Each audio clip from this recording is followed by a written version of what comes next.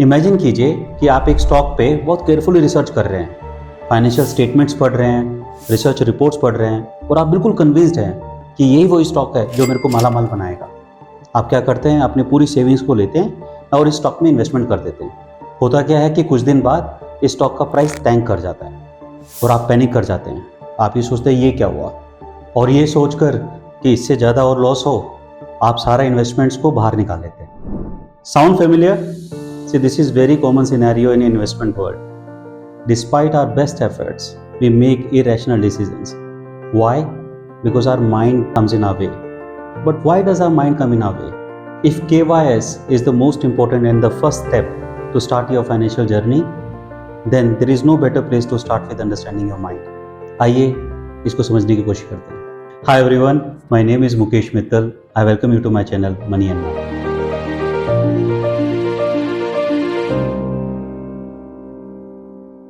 हमारा माइंड है ना, बहुत क्रूशियल रोल प्ले करता है कि हम पैसे को कैसे परसीव करते हैं और कैसे हैंडल करते हैं।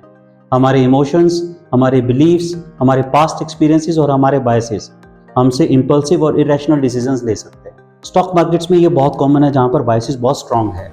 देखिए, ऐसे तो बहुत बायसेस हैं, लेकिन today we will be talking about 5 most common biases. So आइए इसको समझते हैं। Let's get started. Anchoring bias, ये तब होता है जब हम प्री एग्जिस्टिंग इंफॉर्मेशन या जो हमें इंफॉर्मेशन फर्स्ट मिलती है उसके बेसिस पे डिसीजन लेते हैं। फॉर एग्जाम्पल, आप एक मॉल में टी शर्ट खरीदने गए, आपने वहां जाके फर्स्ट टी शर्ट 3000 रुपीज़ की देखी, उसके बाद आपको दूसरी टी शर्ट 1000 रुपीज़ की दिखी। आपको क्या लगता है, ये 1000 रुपीज़ वाली टी शर्ट सस्ती है और आप उसको खरीद लेते हैं। अब यहाँ क्या हुआ है कि आपका माइंड एंकर उस 3000 के प्राइस पे हो गया है, इसलिए आपको 1000 वाली टी शर्ट सस्ती लगती है। अगर आपने आके पहले ये 1000 वाली टी शर्ट देखी होती तो शायद आपको इतनी सस्ती नहीं लगती। To overcome this particular bias in finance, you don't have to rely on the past performance.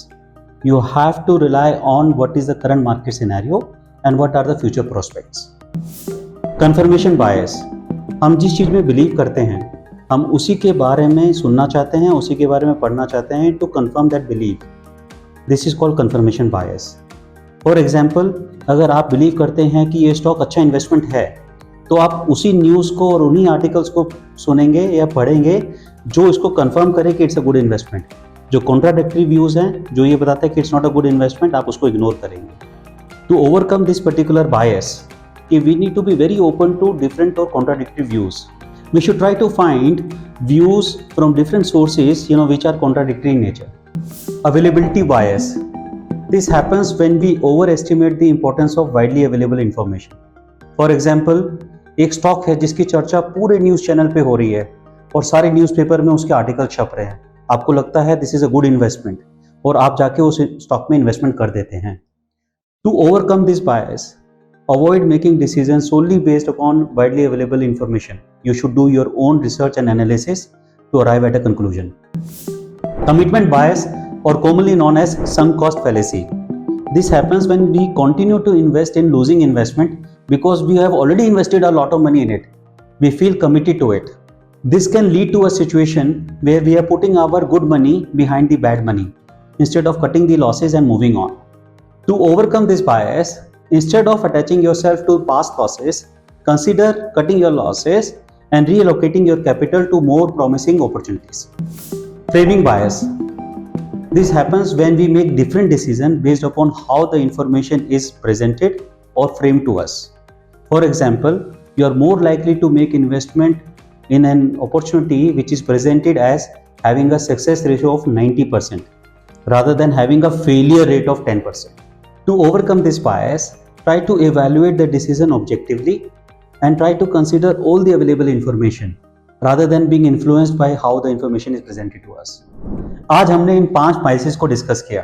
आपने अपनी लाइफ में कभी इन बायसेस को फेस किया है? अगर किया है तो प्लीज कमेंट सेक्शन में शेयर कीजिए। Subscribe to this channel for this kind of learnings. Thanks for watching. Will see you next video.